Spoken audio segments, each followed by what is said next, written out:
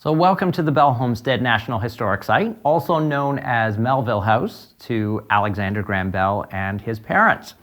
And here at the house, we generally start by introducing you to the members of the family. So over just on your left, we have photographs of Eliza and Melville Bell, Alexander Graham Bell's parents. They were the owners of this house. They purchased the home in 1870 after emigrating from Scotland and England. And at the time, their goal was to bring their son Alexander to a much drier climate. He was feared to be showing signs of tuberculosis at this point. His two brothers had died of the illness in Scotland, and so his parents were hoping that the change in climate would better his health. And writing to a close family friend in June of 1870, Melville Bell hoped to find property that they could settle on for a couple of years here in Ontario.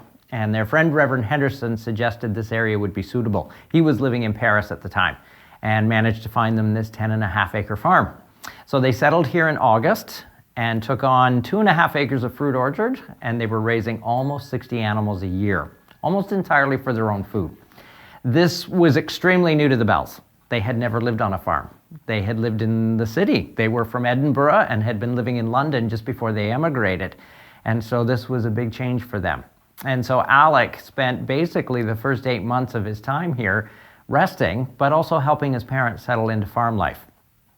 Alec was quite well, in fact, by the next spring, and was offered a teaching position with the Boston School for the Deaf. He and his father had already been working at introducing a new method for teaching the deaf how to talk into the schools in Scotland and England. And so Alec was invited to come to Boston and introduce these methods into the Boston School. And was so successful, he was asked to stay on. So he would then join his parents for the summer months, and again at holiday time, and was here with his parents when he discovered the basic principle for the telephone on July 26, 1874. So we will talk definitely about that on the tour, but we're also going to have a look around the entire house so you can see what it was like for the family living in the 1870 to 1881 period that they owned this property. Keeping in mind no electricity, no running water, and no central heat in homes of this period. So this was rather different than what we're used to today.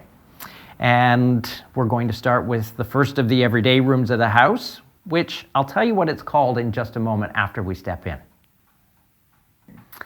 So if this were our own home today, we would probably call this the living room. And this is a room that was used most often by Melville, Alexander's father. He was a professor of speech and elocution. So in today's terminology, he'd be known as a speech therapist. And he was very much helping people that had speech difficulties, troubles with stuttering or stammering. But there were many that came and took lessons with him simply because they wanted to learn what was then known as the Queen's English. They wanted to be able to speak what was thought of as proper English at the time. And to do this, Melville invented his own phonetic alphabet back in Scotland.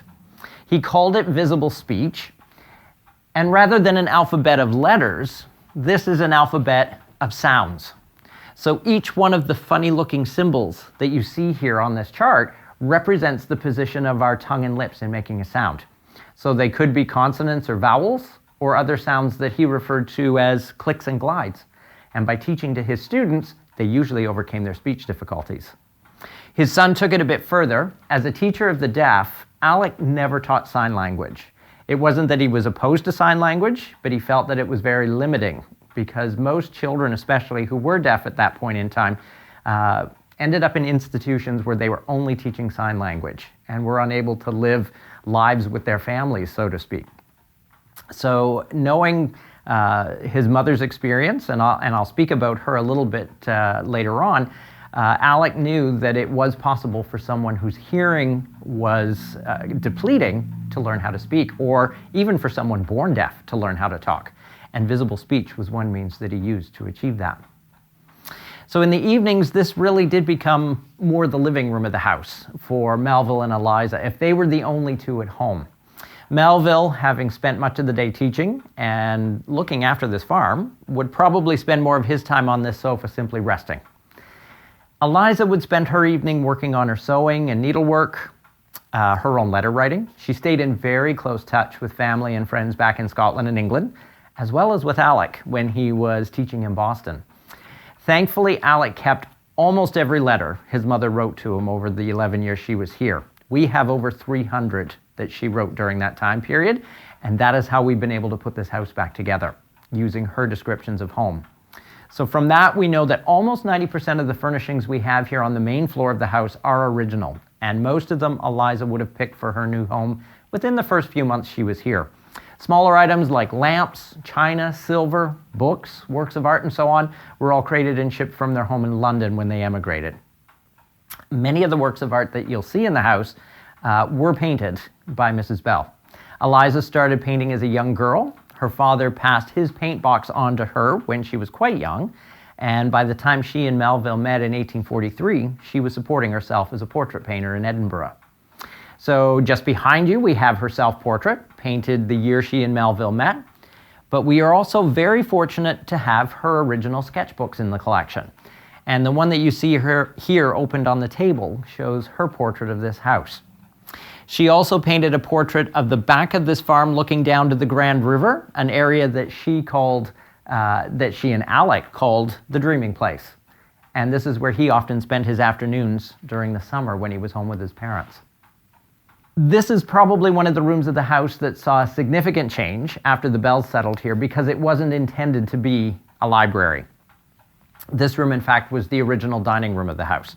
What I haven't told you is that this house was built in 1858, and the Bells were the second owners. The house itself was built by a contractor from Montreal named Robert Morton. He built the home for he and his wife as their retirement residence. They had 2 sons living in Brantford, and they wanted to live closer. So this was built for them, and as such is very much in keeping with the homes and other buildings that Mr. Morton was designing and constructing in Montreal. So there is a bit of French influence in the house, French windows in the entire main block of the house. But like most homes of the period, the public rooms are at the front. If you had guests, you didn't want them to see the rear of your home because that was primarily domestic. And so this room would have been the family's dining room originally. Melville took it as his library because his students came right here to the house for their lessons, and he felt it was easier for them to take lessons in a front room right off the front hall. For their dining room, the Bells used a different room, and we'll head down to that space next. So as I mentioned at the library, it was originally the dining room of this house. But with the Bells settling here and Melville using it as a library, Mrs. Bell had to make use of another room for their dining room, and that is what you're seeing right here. We suspect that for the Morton family, this was the kitchen of the house, or at least what they would have called the winter kitchen. At the very back, you'll see in just a few moments what was known as the summer kitchen, which was likely an addition made by the Mortons. But then they expanded it further and they added auxiliary rooms. So that kitchen became year-round, and by the time the Bells settled here, this was being used as a small sitting room. Mrs. Bell made it their dining room. In the evenings after supper, the dining room did become a bit of a living room for the family as well. This was a good spot to play a game of cards, or for the ladies to work on their sewing and needlework. Depending on light, Eliza may have painted and sketched in this room. And we do have a few of her paintings in this room, some of her Scottish landscapes around the sideboard, but what we think of as her best painting is just here on the front wall, and it is her portrait of her 3 boys back in Scotland. So here we have Melville on the left, Alexander on the right, and in the middle is Edward, the youngest, or Melly, Alec, and Ted as they were best known.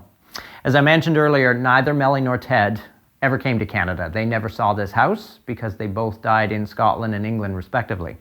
Now at this point in the year, getting close to the holidays, this was a time for a bit of excitement in the house because Alec was coming home. Mrs. Bell usually spent a lot of time preparing her son's favorite foods, but at this point, decorating for Christmas was a little different than what we're used to today because generally speaking, you didn't decorate the house until Christmas Eve. And at this point in time, a lot of preparation went into gathering up natural items that you could use to decorate your house. And at this point in the year, that involved citrus fruits that were being sent up special from the south.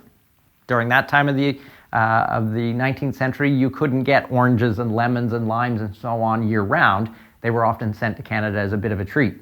But even things like red candles in your candle holders to mark the day, and a lot of evergreen and pine and so on, which they would have taken right off the property. This was a property that included a very thick grove of white pine, so they were able to decorate as much as they wished, although Mrs. Bell was a little bit conservative when it came to decorating the homestead at that point in time. But probably one of the more exciting pieces in this room is this little melodeon here by the window. It was actually used during the second of 3 tests that Alec undertook here in August of 1876, demonstrating the telephone for the first time on telegraph lines. So up until that year, most of his tests had been on short lines strung between rooms or different floors in the same building, but never successfully on telegraph lines. So coming home for the summer, Alec made use of the lines of the Dominion Telegraph Company right here in Brantford. 3 tests were made here in August. The first one in private just to test the lines. The second test, however, was transmitted from the Dominion Telegraph office on Colburn Street directly here to this house. To connect to their lines, Alex strung about a 1/4 mile of wire from the front veranda of this house and down Tootla Heights Road on the farm fences until he could connect in at the Mount Pleasant line at the end of our road. And that night, the Bells had guests here at the farm. They gathered on the front veranda and listened to a small concert that Alec and some ladies put on in the telegraph office 4 miles away. That melodeon was a part of the concert. Now, the one thing to keep in mind at this point in time, you never ate in your kitchen. Kitchens were a room to prepare the meals, but never to dine. They were also rooms that involved all sorts of other household activities. And to see what that was like, we're going to head right into the kitchen next. Well, welcome to the kitchen. A room that as a guest to the house you would never have seen in the Bell's time. Kitchens were not gathering places like they can be in modern homes. Somehow, inevitably, we always end up in the kitchen in our houses today. In the Bell's time, you would be very upset, in fact, to have your guests see your kitchen. Not that this was an unruly room, but this was a room to work in. So very plainly decorated, walls and ceilings are whitewashed, no real heavy decoration on windows. This is a room to work in. The kitchen door between the kitchen and the hallway, in fact, was kept closed all the time, unless someone were going in or out of the space, for 2 reasons. In the summer, you didn't want the heat of the kitchen range warming up the rest of the house, because this range would be burning all day. Secondly, if you had guests coming for either noontime dinner or evening supper, you didn't want them to know what they were being served by cooking smells that might waft out of the kitchen into other rooms of the house. Meals at that time were to be almost a bit of a surprise. The first thing to be done in the morning here on the farm was lighting the kitchen range. And that was usually done by the hired hand who worked for the Bells in the barnyard. He typically would look after the farm animals and take care of things outside. But first thing in the morning, he'd come in, clean out the grates in this area here, the firebox of the stove, light a new fire. He would also fill the water reservoir of the stove, so there was hot water to do dishes. And he'd make sure there was a good store of chopped wood out on the side porch to keep this range going all day. One of the newest additions to these stoves at this point in time, though, were warming closets. And this was using the heat of the stovepipe so you could keep part of your meal warm while you were still preparing the rest. This range was made right here in Brantford in 1880 at a company known as the Buck Stove Works, which originally stood on Brant Avenue. It's likely one of the nicer models that Mrs. Bell could buy at the time, probably costing about $40, keeping in mind that's almost a month's salary for many people at this point in time. But this would have provided her not only with great cooking space, but it would have heated the back part of the house as well. It is still a working stove, by the way. We do still use it from time to time. Now, like most kitchens at this point, as you can see, almost no cabinetry for storage. We're used to kitchens with cupboards. In their day, you might have a dish dresser, as we do here by the window, which was specifically for the items you needed for preparing your meals or serving in the dining room. The two rooms at the back on either side of the kitchen range were the storage. And these are the two rooms that actually made this kitchen year-round when they were added by the Morton family. So on the left side of the range is the pantry. It is for storage of food supplies. On the right is the scullery, and this is where dishes are washed, everyday dinnerware is kept, and in the floor of that room you'll see the trap door that originally opened to the root cellar, which was their cold storage at the time. That room also stores Mrs. Bell's washing machine and her laundry equipment. Now, at this point in time, most women were simply using scrub boards and wash tubs to do their laundry on Mondays. Eliza did have a washing machine, keeping in mind it too was still all manual. The long handle that's on the right-hand side was pumped back and forth continually, roughly 30 minutes at a time for a full load.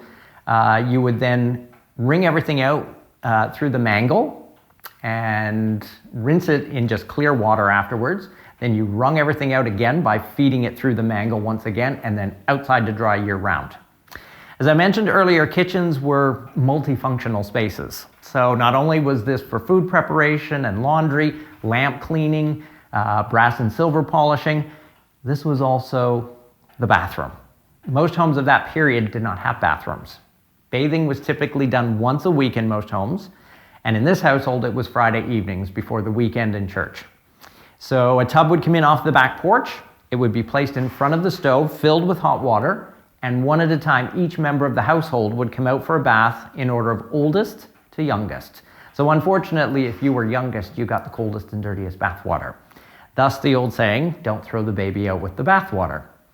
And at this point in time, the train of thought, having the youngest go last, was because very often babies, toddlers, and young children, as soon as you put them in water, have an accident, and you didn't want to get into soiled water, as it were.